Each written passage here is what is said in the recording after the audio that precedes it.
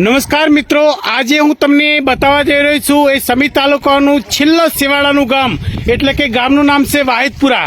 અને વાહિદપુરામાં 2 દિવસ પહેલા જ તળાવની પાટ તૂટી ગઈ હતી, એટલે કે તળાવ આખું તૂટી ગયું હતું અને જે પાણી ક્યાંથી નીકળ્યું એ પણ હું તમને બતાવવા જઈ રહ્યો છું. અને કેટલું નુકસાન થયું તે ગામના વ્યક્તિ એટલે કે એક બહેન છે, બહેનના મોઢેથી આપણે સાંભળશું. અને આ લોકો આજે ગામની મુલાકાત લેવા માટે આવ્યા છે અને જિલ્લા પંચાયતના ડેલિગેટ હંસાબેન એ પણ આ વખતે જ ચૂંટણી ચંપલાઈ હતી અને એ પણ આજે આ ગામની બહારે આવ્યા છે અને લગભગ મિનિમમ 100 પેકેટ ચવાણાના લાયા હતા અને એ તમામ પેકેટ ગામના જે અતિગ્રસ્ત વ્યક્તિઓ છે એ લોકોને આપ્યું છે. અને આપણે આ બેન પાસેથી આપણે નિવેદન લઈએ. બેન, શું નામ છે આપનું? મારું નામ ટીનાબેન.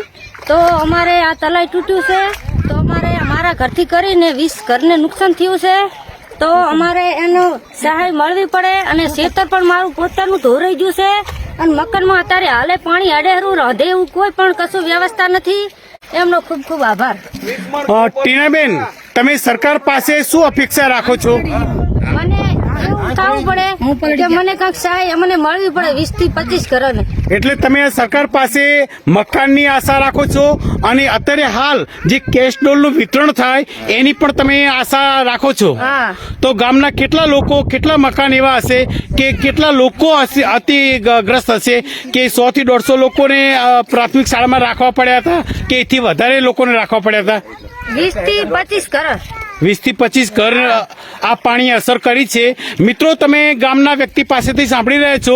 એમનું નામ છે ટીનાબેન અને એમને એમના મોઢેથી કીધું કે મારા ગામની હાલત અત્યારે કફોડી છે, તો સરકાર તેમને કેશ ડોલ જે મદદ કરે અને આર્થિક જે પણ બની શકે તે મદદ કરે. આ વિડીયોના માધ્યમથી હું સરકારને પણ જણાવવા માંગુ છું કે ખરેખર જે લોકો આ વરસાદના કારણે હેરાન પરેશાન થયા છે એ લોકોને ખરેખર મદદ મળવી જોઈએ. તો